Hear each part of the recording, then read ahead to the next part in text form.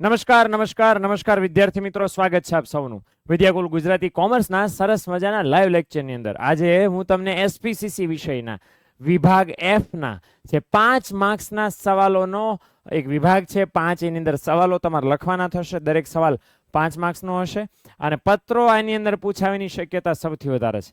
આમ તો ટોટલ 7 સવાલો આપ્યા હશે, એમાંથી કોઈ પણ 5 લખવાના હશે. ડાયા દીકરા તરીકે આપણે શું કરવું જોઈએ?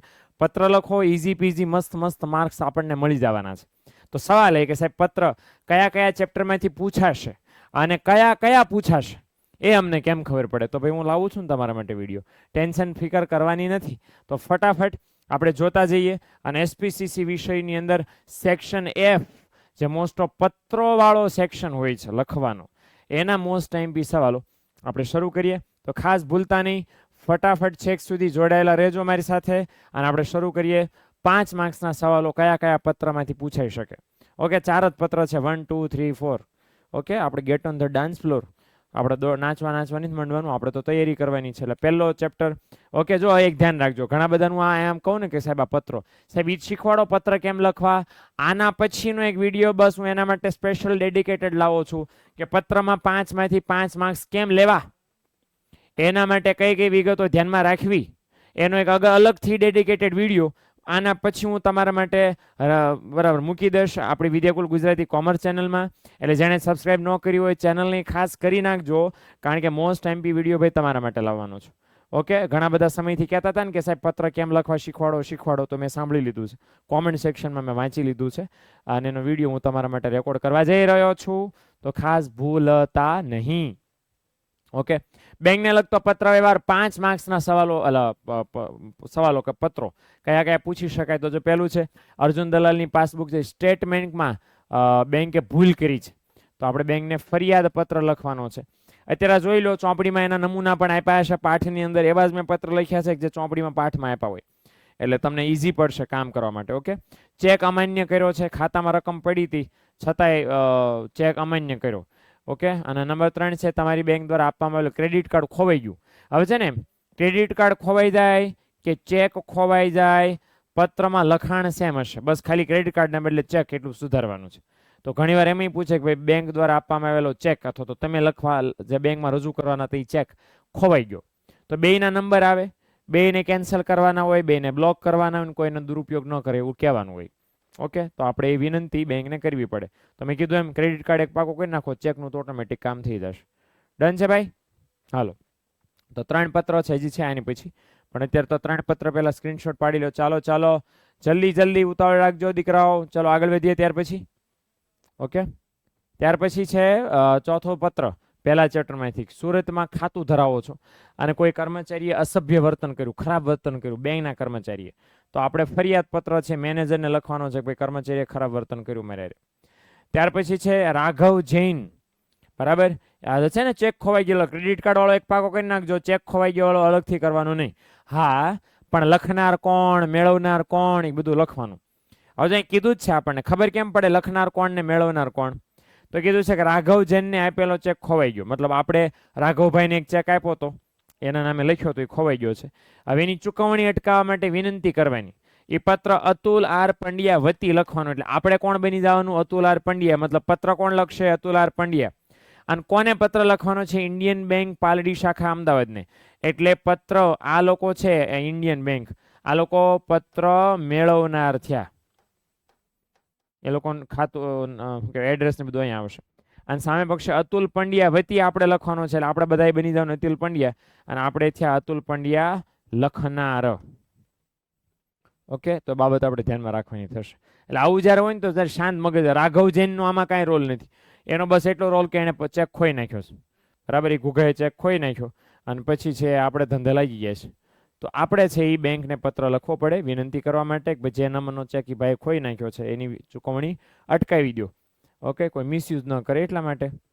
હાલો, ત્યાર પછી સરકારી વિભાગો અને જાહેર ઉપયોગી સેવા સ્થાનિક સંસ્થાઓ સાથેનો પત્ર વ્યવહાર, સીસીનું બીજું ચેપ્ટર, એમાંથી 5 માર્ક્સના સવાલો. ખાળકો વારંવાર ઉભરાય જ ભાઈ. ઓકે, તો એના માટે અરજી કરતો એક પત્ર છે, સફાઈ કરી જાવ ને તો ઉભરાય નહીં ભાઈ. ઓકે, પાણી કરતા ખાળકુવાનું પાણી ઝાઝું આવે છે એવું આપણે ફરિયાદ કરીને કહી શકો તમે. પછી ગુજરાત એજ્યુકેશન સોસાયટી અમદાવાદ વતી એક જ ટેલિફોન નંબર ઉપર જોડાણ મેળવવાની અરજી કરતો. મોસ્ટ ટાઈમ બી છે, જરાક ધ્યાન રાખજો ભાઈ. 22 નંબર 1 એટલે ટેલિફોનનું જે ડાયલ આવે, બરાબર, હમણાં ઓકે, આ પૂરું થઈ જાય પછી બોલાવો. તો ટેલિફોન નંબર એક જ હોય, એટલે ઘણીવાર એવું હોય ને કે 2-3 માળે કંપની હોય, તો સીધી વાત છે, માની લો 2 માળે ઓફિસ હોય તો ઉપલા માળે ને નીચલા માળે, તો બેયને નંબર એક જ સરખો રાખવો હોય. કોલ આવે તો ઉપલો ઉપાડે તો ઉપલો વાત કરે, નીચલા માળવાળો ઉપાડે નીચલા માળવાળો વાત કરે, એવું તમારે સુવિધા કરવી હોય તો તમારે છે એ ટેલિફોન વિભાગની જે ઓફિસ આવે, BSNL ઝોનલ ઓફિસ, ત્યાં પત્ર લખવો પડે. ઓકે, કોણ લખશે પત્ર? ગુજરાત એજ્યુકેશન સોસાયટી અમદાવાદ ઈ લખશે. એક બીજું નિયમ ધ્યાનમાં રાખો, આ પત્ર કઈ રીતે લખવો એના વિડીયોમાં હું કહેવાનો છું તમને, પણ ધ્યાનમાં એ રાખો કે પત્ર લખનાર જો સંસ્થા હોય કે કંપની હોય તો એનું નામ વચ્ચે આવશે અને એનું એડ્રેસ સાઈડમાં. અને જો પત્ર લખનાર કોઈ ચોક્કસ વ્યક્તિ, હમણાં કેમ અતુલભાઈ પંડ્યા હતા, તો એ વ્યક્તિ નામ હોય તો વ્યક્તિ નામ અને એનું સરનામું આ બાજુ આવશે. એ એક બેઝિક વસ્તુ ધ્યાનમાં રાખવાની. વ્યક્તિ નામ વચ્ચે જિંદગીમાં નહીં લખવાનું, કંપની નામ સાઈડમાં જિંદગીમાં નહીં લખવાનું. કંપની નામ હોય તો વચ્ચે લખો, વ્યક્તિ નામ હોય તો સાઈડમાં લખો. ઓકે, એડ્રેસ તો આ બાજુ જ આવશે હંમેશા. ટાગોર સોસાયટી પાલડી વિસ્તારમાં અપૂરતા પાણી પુરવઠાની ફરિયાદ કરતો પત્ર રમેશ પટેલ વતી પાણી પુરવઠા વિભાગ મહાનગરપાલિકા અમદાવાદને લખવાનો છે કે પાણી ટાઈમે નહીં થતું, નાય નહીં થકતા છોકરા અમારા, ઓકે, સ્કૂલે પહોંચી નહીં શકતા, બાકાજીકી બોલી જાય છે ટાઈમે પહોંચવામાં, તો એ આપણે મેન્શન કરીને કહેવાનું થશે. ડન છે? હાલો, હજી છે અને પછી બીજા ચેપ્ટરમાંથી, બરાબર. બીજું ચેપ્ટર અને ત્રીજું ચેપ્ટર બંને એવા છે કે બેમાંથી 2 પત્રો પૂછાવાની શક્યતા. કેટલા? 2 પત્રો તો પાકા કરવા પડે ને, હા કે ના? આની પત્ર કાગા કરો તો વિભાગ એમની ચિંતા કરો તો વિભાગ AB ની કરજો મારા ભાઈ.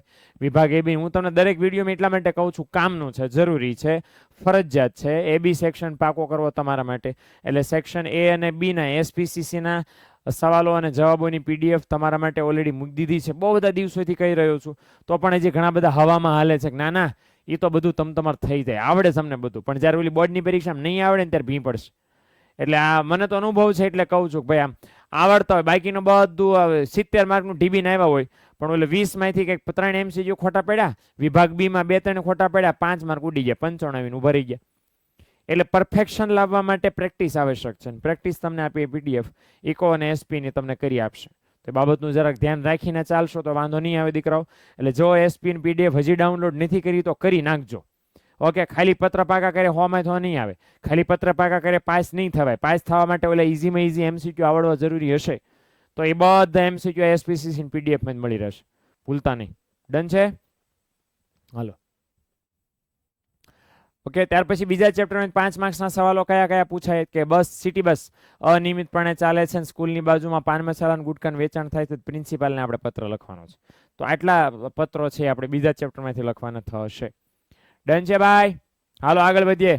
ત્યાર પછી ચેપ્ટર નંબર 3 કર્મચારી વિષયક અને આંતર વિભાગીય પત્ર વ્યવહાર, એમાંથી મેમો છે ને મોસ્ટ ઓફ 3 માર્ક્સની અંદર પૂછાય છે. હું તમને અત્યારે ભલે 5 માર્ક્સના સેક્શનમાં આવ્યો, પણ આપણે આને 3 માર્ક્સ માટે પાકો કરજો મેમા ભાઈને. ઓકે, અજમાયશી સમયગાળો લંબાવો, બહુ ટૂંકું કામ છે, બહુ ફટાફટ કામ પતી જશે આપણું. આપણે ધ્યાન આપીએ નોટિસ ઉપર. નોટિસ મોસ્ટ ટાઈમ બી છે ભાઈ, તો નોટિસ તો પૂછવાની શક્યતા પૂરેપૂરી છે, એટલે ધ્યાન રાખજો. તો કર્મચારી ફરજના સમય દરમિયાન કામના સ્થળ ઉપર હાજર નહોતા અને ખુલાસો માંગતી નોટિસ આપણે લખવાની છે. ઓકે, આ ત્રીજું ચેપ્ટર છે, એમાં ધ્યાન રાખજો, બધું લખશે કંપની અને કોને લખશે?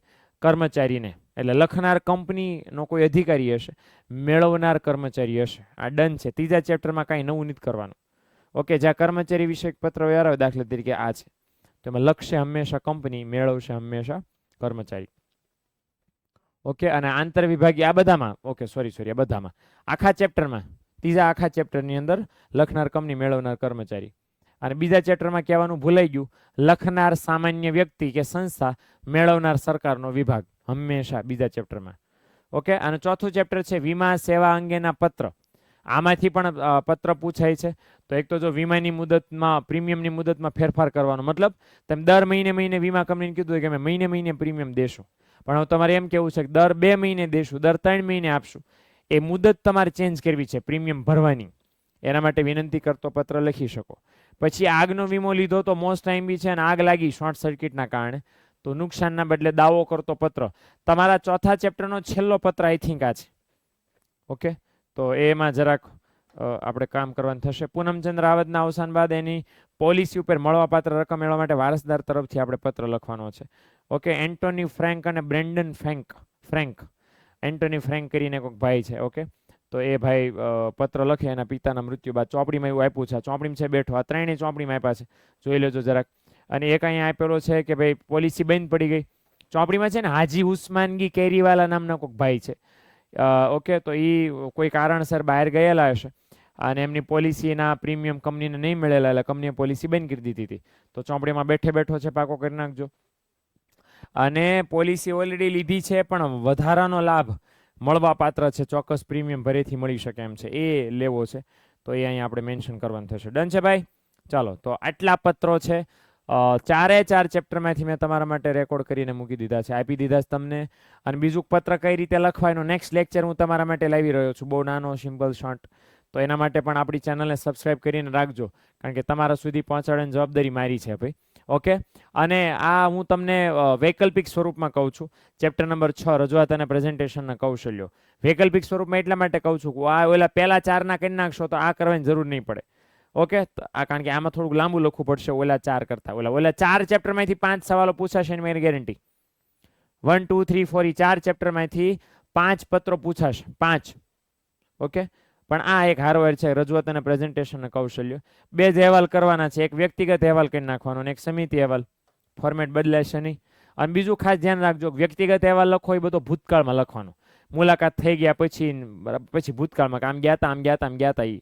અને સમિતિ અહેવાલ લખો તો આયોજનનો ભવિષ્ય વાંચન વાળો લખવાનો, કે ભવિષ્યમાં શું કરશું એ. ઓકે, ચાલો, એટલે આ બાબત જરાક ધ્યાનમાં રાખીને આપણે છૂટા પડીએ. તો આટલી વિગતો હતી જે મારે તમારી સાથે શેર કરવાની હતી. તો સેક્શન F ના મોસ્ટ ટાઈમ સવાલો મેં તમારી સાથે શેર કરી દીધા છે. તો ખાસ વિડીયોને જોજો, જોઈ લીધો જ છે તો બધા મિત્રો સુધી પહોંચાડજો. ચેનલને સબસ્ક્રાઇબ વિદ્યાકુલ ગુજરાતી કોમર્સને કરવાનું ભૂલતા નહીં. મળીએ છીએ મિત્રો આપણે નેક્સ્ટ લેક્ચરમાં, ત્યાં સુધી આવજો, ટાટા બાય, સી યા.